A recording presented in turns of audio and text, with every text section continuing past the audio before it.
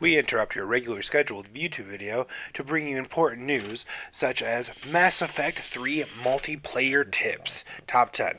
What up, guys? It's BZK right here. Today I'm bringing you a Mass Effect gameplay where I'm playing with a couple teammates or a couple friends of mine in one random, and I'm going to bring you the top 10 tips and things to look out for when playing Mass Effect multiplayer that should help you guys out and, hopefully get you through some of those bronze missions so you can get up to the silvers and golds.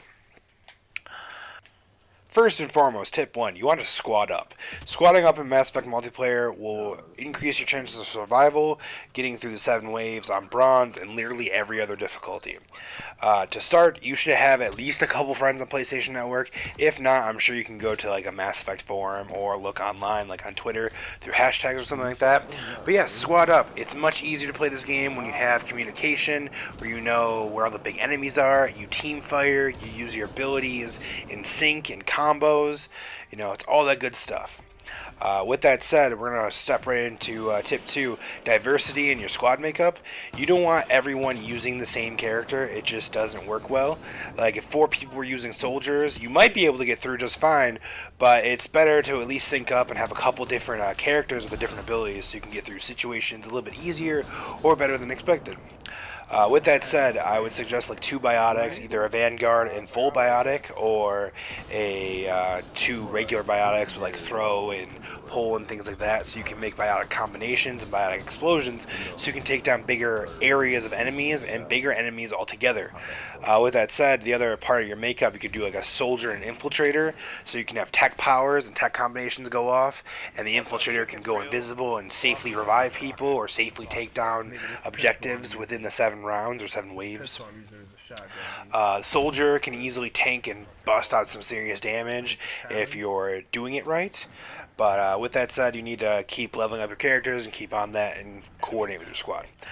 Going right in with the soldier, just a minor tip on the side. If you don't know, the grenade ability is not completely an ability. It's actually like a consumable ammo. So once you run out of grenades, you're going to have to find an ammo checkpoint to refill them. And another tip with the grenades is you can actually prime them, so you can throw them at the perfect time and take down a whole little squad of enemies at once, instead of just trying to chuck them and hope you get the spacing right.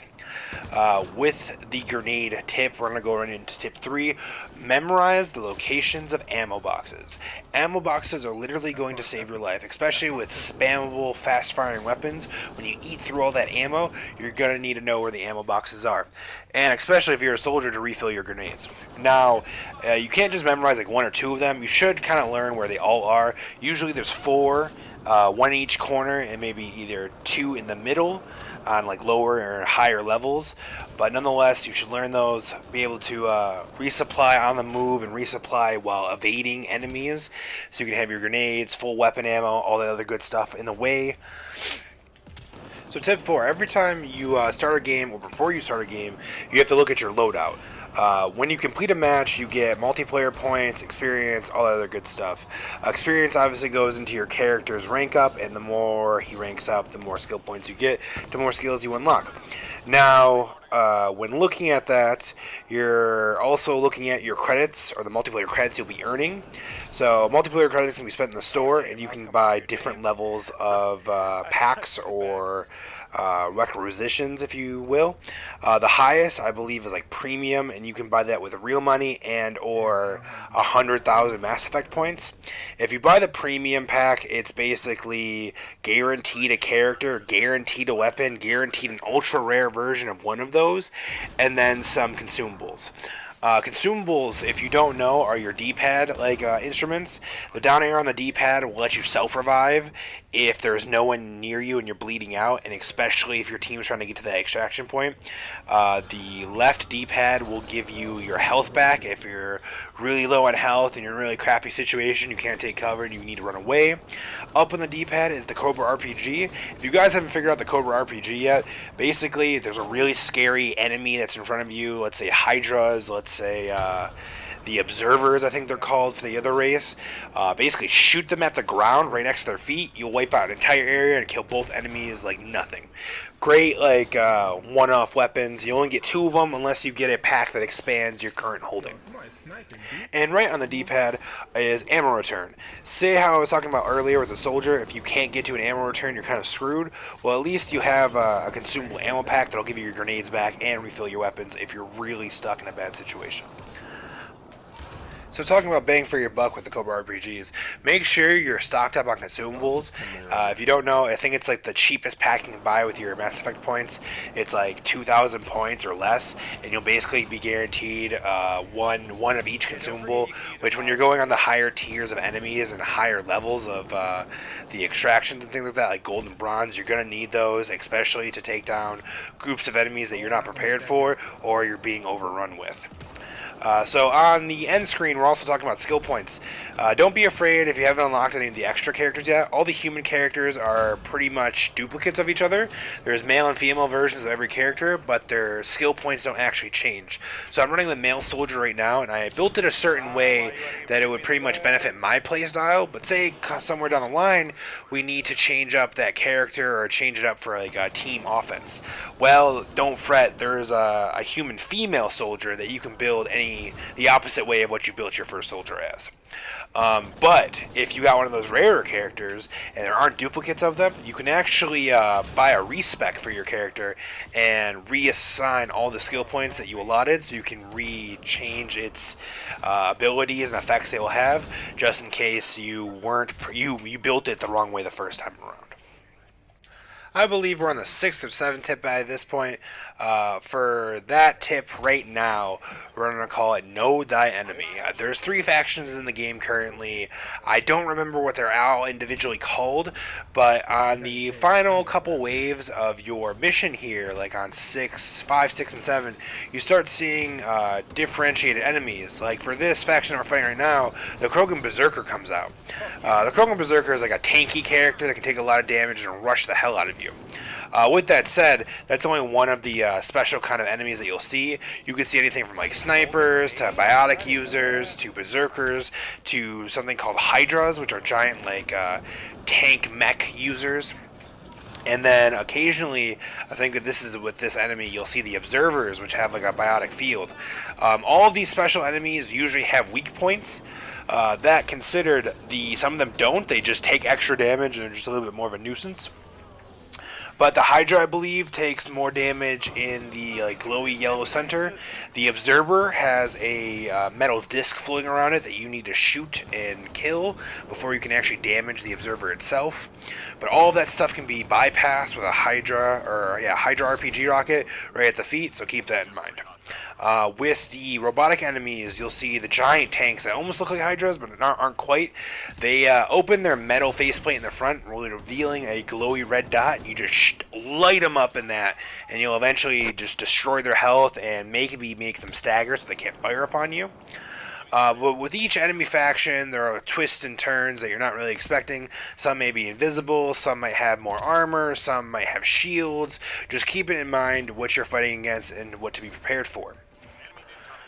So along with Mass Effect multiplayer, there's actually something called strike teams.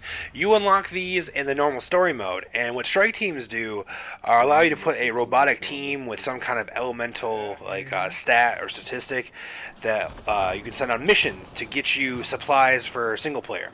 Well, if you guys didn't know, you can actually do that in the regular multiplayer screen and assign them to missions. And on top of that, there's actually a Mass Effect Apex Mission HQ app for your phone. And it gives you notifications and updates whenever your mission teams complete a mission, so you can directly reassign them and keep them pumping in new experience and pumping in more rewards for your in-game play in single player. I've used it a lot more frequently than not. You can honestly bang out like 3 to 10 missions a day, and with that constant communication between your phone and the actual game, that's a lot of rewards. It's like 40 something rewards.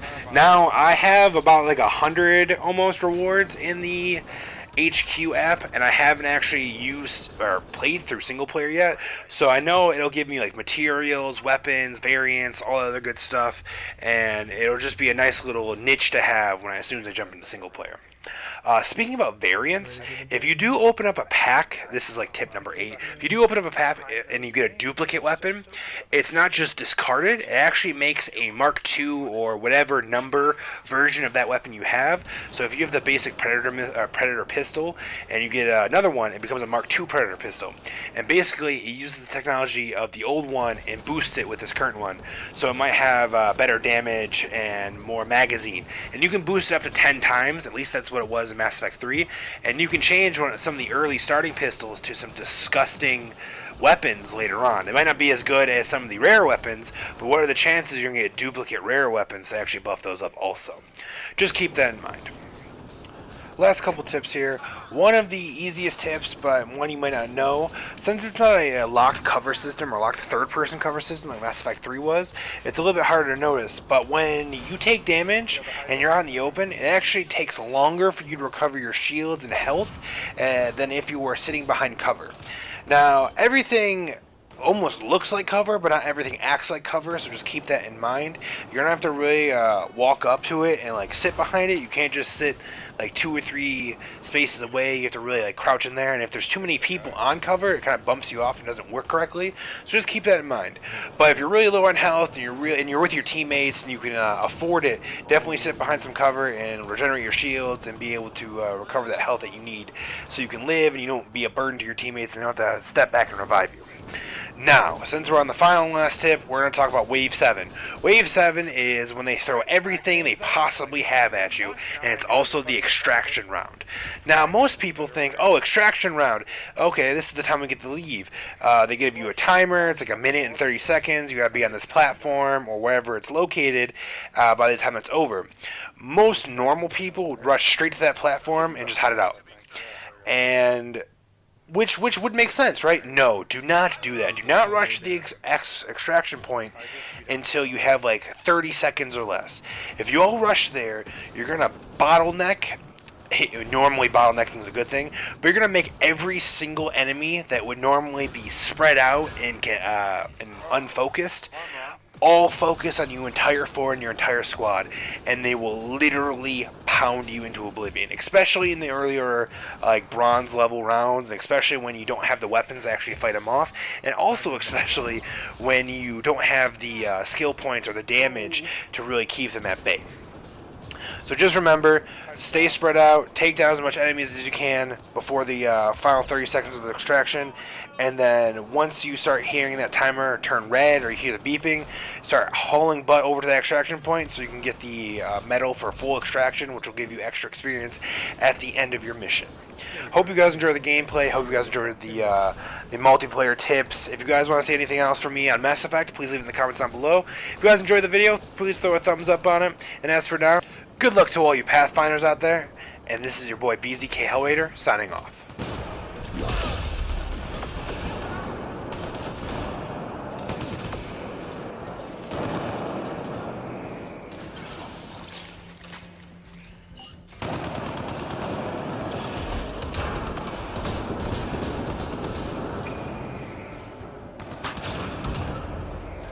Get up in a circle, dog. Hold it down.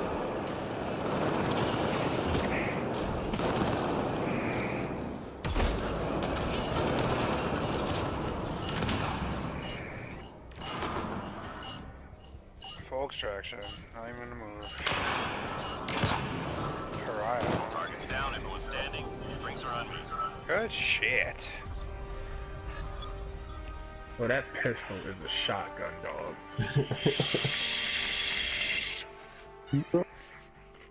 I don't even need a shotgun with that pistol. That's the crazy part. Bro, all I need is a shotgun. That's all I need. I'm taking out Hydras by myself.